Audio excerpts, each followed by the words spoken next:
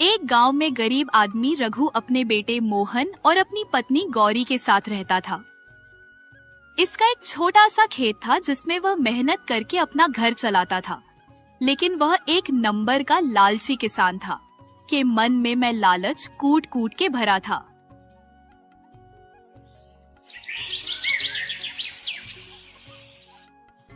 एक दिन की बात है, जब वह खेत में खुदाई कर रहा था, तभी उसका बेटा मोहन उससे कहता है, बाबा, हमारी फसल बार बार खराब हो जाती है।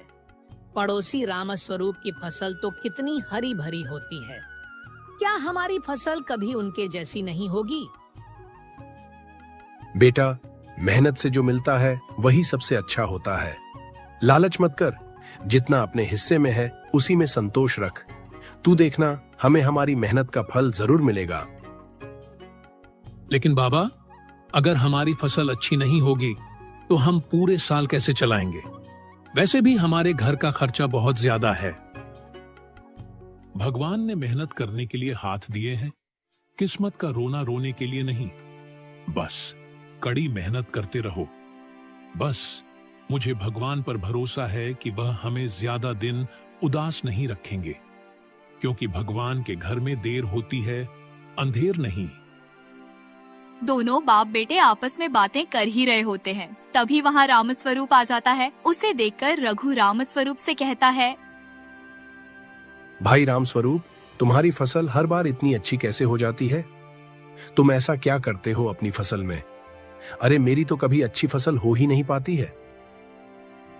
मेहनत के साथ साथ थोड़ा दिमाग भी लगाना पड़ता है रामलाल। मैं हर बार अच्छी खाद और अच्छे बीज बोता हूं और इसी कारण मेरी फसल बहुत अच्छी तैयार हो जाती है। और इस बार फिर से मैं अच्छी खाद और अच्छे बीज लाऊंगा। नई किस्म के बीज ये कहां से मिले तुम्हें? मुझे भी बताओ भाई कि आखिर तुम कहां से लाते हो? शहर में एक व्यापारी आया था। उसने बताया कि ये बीज आम बीजों से कई गुना ज्यादा उपज देते हैं। मैंने महंगे थे पर खरीद लिए, और तुमने तो देखा था ना कि कितनी अच्छी फसल हुई थी। इसीलिए मैं वहीं से बीज ले आता हूं। अगर मैं भी ऐसे बीज ले आऊं तो मेरी फसल भी तुम्हारी तरह अच्छी तैयार होगी। क्यों भाई रामस्वरूप? हाँ भाई, तुम्हारी फसल भी बहुत अच्छी तैयार होगी। इसका मतलब मैं कुछ ही दिनों में अच्छी फसल करके अच्छा मुनाफा कमाऊंगा और जल्द ही अमीर बन जाऊंगा। रामलाल के मन में लालच का पहला बीज पड़ चुका था और उसके मन में अच्छा लालच जागने लगता है।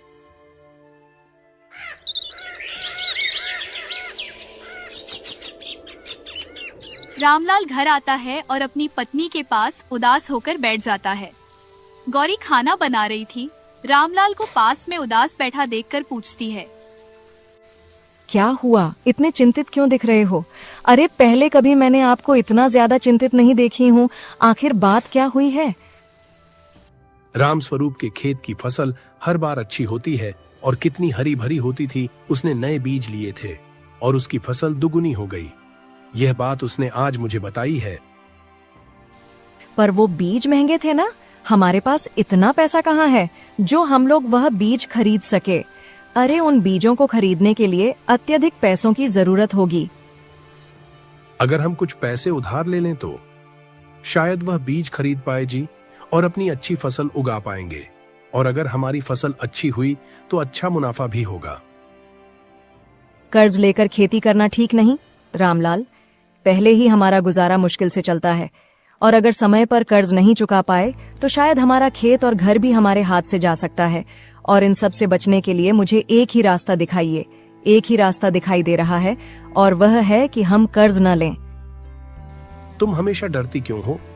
अगर फसल अच्छी हुई तो कर्ज अपने आप उतर जाएगा। ये लालच नहीं, समझदारी है। मुझे पूरा भरोसा है कि हम जो भी कर्ज लेंगे उससे हमारा फायदा ही होगा। गौरी चुप हो जाती है। वह जानती है कि रामलाल के दिल में लालच घर कर रहा है, लेकिन उसे समझाना आसान नहीं। लेकिन रामलाल के मन में अत्यधिक लालच आ रहा था।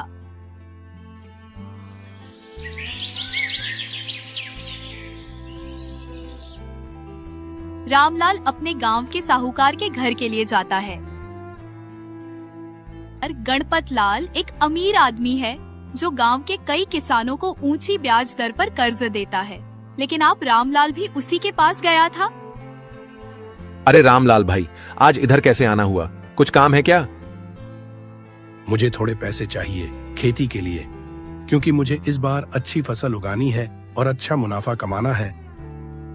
हाँ, तुम्हें पैसे तो मिल जाएंगे, लेकिन पहले तुम बताओ कि तुम्हें कितने पैसे चाहिए, उसी हिसाब से मैं तुम पर ब्याज लूंगा। मुझे तो सिर्फ 2000 रुपए, मैं अगली फसल के बाद लौटा दूंगा, बाकी तुम्हारा ब्याज भी तुम्हें दे दूंगा। अरे तुमने तो कह दिया कि तुम अगली फसल के बाद लौटा दोगे, लेकिन लौटाने की बात तो बाद में होगी, लेकिन ब्याज का क्या ख्याल है? मेरा नियम है, जो लेगा उसे 2 गुना लौटाना होगा। 2 गुना तो बहुत ज्यादा है। अरे कुछ काम कर लो। पैसा ऐसे ही नहीं मिलता रामलाल, सोच लो। चाहो तो खेत गिरवी रख सकते हो, और ब्याज में कोई कमी नहीं करूंगा। अगर तुम्हें पैसे लेने हैं तो ले लो, वरना जाओ यहां से। उसके बाद सुनकर वह समझ जाता है कि अब साहूकार पैसे कम नहीं करेगा। फिर रामलाल साहूकार की बात मान लेता है और पैसे ले लेता है। रामलाल घर लौटता है। उसके मन में अब लालच पूरी तरह से घर कर चुका है।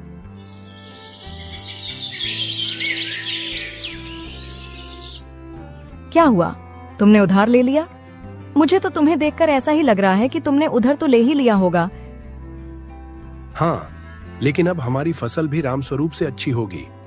बस एक बार ये बीज बो दूं, फिर देखना हम अमीर बन जाएंगे, और फिर हमें किसी चीज की कोई दिक्कत नहीं होगी। हमें जो भी जरूरत होगी वह तुरंत ले सकेंगे। गौरी कुछ नहीं कहती, पर उसके चेहरे पर चिंता की लकीरें और गहरी हो जाती है।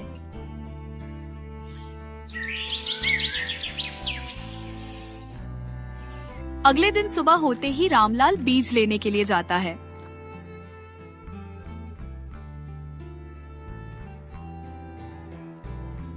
आइए किसान जी, क्या खरीदना है? मेरे पास अच्छी उपज वाले बीज हैं। जो भी एक बार मेरे पास से ले जाता है तो उसकी फसल बहुत अच्छी तैयार हो जाती है। मुझे वही बीज चाहिए जो ज्यादा फसल दें और उनमें मेहनत भी कम करनी पड़े, लेकिन कम समय में ही ज्यादा फसल दें। ओह, आप भी बड़े किसानों में शामिल होना चाहते हैं? ये बीज बहुत खास हैं, लेकिन महंगे भी हैं। और अगर एक बार आपने कष्ट करके वह बीज ले लिए तो आप जल्द ही बड़े किसान बन जाएंगे। अच्छा, तो एक बोरी कितने रुपए की है? आप मुझे पहले यह बात बताइए, फिर मैं आपसे बीज लूंगा। एक बोरी 2000 रुपए की, लेकिन फसल बहुत अच्छी तैयार होगी। आप एक बार लेकर तो देखो। महंगे तो बहुत ज्यादा है, लेकिन एक बार मैं अपनी किस्मत आजमा कर देखता हूँ। जो बीज 3 गुना फसल दे, उसकी कीमत भी 3 गुना ही होगी ना। और तुम्हारी यह बात भी सही है कि आगे तुम्हारी किस्मत तुम्हारा जैसा साथ देगी, वैसे ही तुम्हारी फसल होगी। फिर रामलाल उस व्यापारी की बात मानकर एक बोरी खरीद लेता है।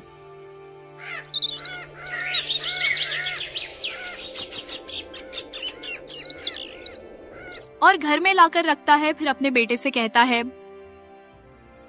बेटा, यह बीज बहुत अच्छे हैं और इससे हमारी फसल बहुत अच्छी तैयार होगी। अच्छा बाबा, क्या यह बीज जादुई बीजों की तरह काम करेंगे? बेटा, ये जादू से भी बढ़कर है। कुछ ही महीनों में देखना हमारा खेत लहलहा उठेगा और रामस्वरूप की फसल से भी अच्छी फसल होगी।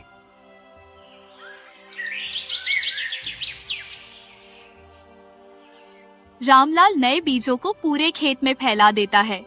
वह पुरानी विधियों की जगह नए बीजों और व्यापारी के बताए उर्वरकों का इस्तेमाल करता है। कहीं ये नए बीज हमारे खेत को नुकसान न पहुंचा दे, और आपने उस व्यापारी की बात पर तुरंत भरोसा भी कर लिया था। ये भगवान, पता नहीं अब क्या होगा, फसल अच्छी होनी भी या नहीं। तुम हमेशा बुरा ही क्यों सोचती हो? रामस्वरूप की फसल देखी थी ना, बस कुछ ही महीनों में हमारा भी वैसा ही होगा। और व्यापारी कभी भी झूठ नहीं बोलते हैं। वह अपनी फसल तैयार करते हैं और उसके बाद जोरों से बीज बेचते हैं। गौरी चुप हो जाती है, लेकिन उसका मन अब भी आशंकाओं से भरा हुआ है।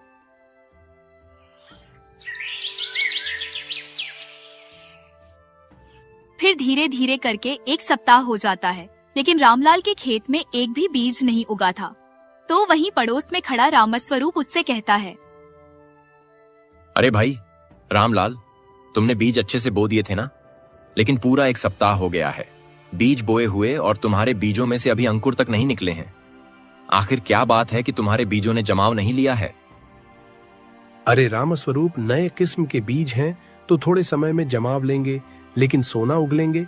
बस कुछ दिनों का और इंतजार कर रहा हूं, उसके बाद यह जमाव जरूर लेंगे।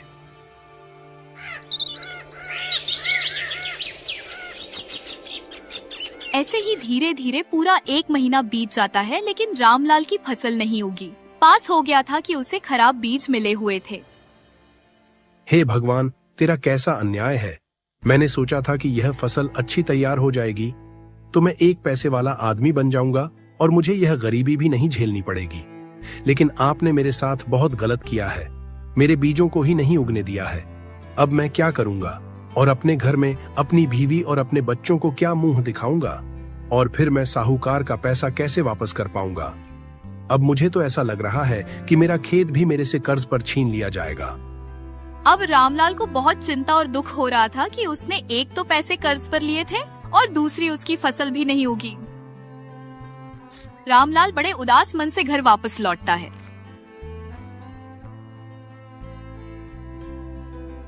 जब वह घर पहुंचता है तो उदास होकर बैठ जाता है। उसे उदास बैठा देखकर गौरी पूछती है, अरे जी, हमारी फसल अच्छी तैयार हुई है ना, लेकिन आप मुझे बहुत उदास दिखाई दे रहे हो। आखिर क्या बात हुई है? अरे गौरी, मैं तुम्हें क्या बताऊं। अरे सब कुछ बर्बाद हो गया गौरी, हमारी फसल नहीं उगी है और अब तो मुझे पूरा विश्वास हो गया है कि वह बीज ही खराब थे। लेकिन आप मुझे कुछ समझ में नहीं आ रहा है कि मैं क्या करूंगा। साहूकार के पैसे कैसे वापस करूंगा और फिर दोबारा फसल को कैसे उग पाऊंगा? और कहीं ऐसा ना हो कि साहूकार हमारा खेत हमसे कर्ज के रूप में छीन ले। मुझे तो पहले ही उन बीजों पर शक था, इसीलिए मैं तुम्हें मना कर रही थी, लेकिन तुमने मेरी बात नहीं मानी। और अब यह तो कहीं है कि हमारा खेत हमसे साहूकार छीन ही लेंगे, क्योंकि अब तुम उनके पैसे किसी भी तरह से नहीं वापस कर सकते हो। मैंने सोचा था हम अमीर बन जाएंगे, लेकिन सब कुछ चला गया। शायद तुम बिल्कुल ठीक कह रही थी। अगर मैं तुम्हारी बात मान ली होती तो शायद आज मुझे एक दिन नहीं देखना पड़ता। दोनों पति पत्नी बहुत चिंतित हो जाते हैं और अब उनके समझ में कोई रास्ता नहीं आ रहा था। शाम को गांव की चौपाल पर कई किसान एक साथ इकट्ठे बैठे और खड़े थे। तभी साहूकार का आदमी रामलाल से कहता है, अरे भाई रामलाल, मालिक ने तुम्हें याद किया है जो तुम कर्ज पर पैसे ले आए थे।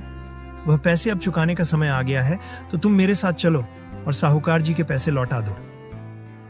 रामलाल के माथे पर पसीना छलक आता है। आसपास बैठे किसान उसकी ओर देखने लगते हैं। रामलाल भाई, तुमने बिना सोचे समझे बहुत बड़ा कदम उठा लिया था। अब तुम्हारे साथ कुछ ना कुछ बड़ी अनहोनी होने वाली है, क्योंकि साहूकार जिसे भी अपने पास बुलाते हैं या तो उससे अपना कर्ज वसूल लेते हैं या उसका खेत उससे छीन लेते हैं। भाई, मेरे पास कोई दूसरा रास्ता नहीं था। जो बीज आपने बताए थे उन्हीं को लेने के लिए मैंने साहूकार जी से कर्ज पर पैसे लिए थे, लेकिन उन बीजों ने भी अंकुर नहीं दिए। अब मैं क्या कर सकता हूँ? अब रामलाल के चेहरे पर लाचारी और बेबसी साफ झलक रही थी। उसे कुछ समझ में नहीं आ रहा था कि आखिर साहूकार उससे क्या छीन सकते हैं।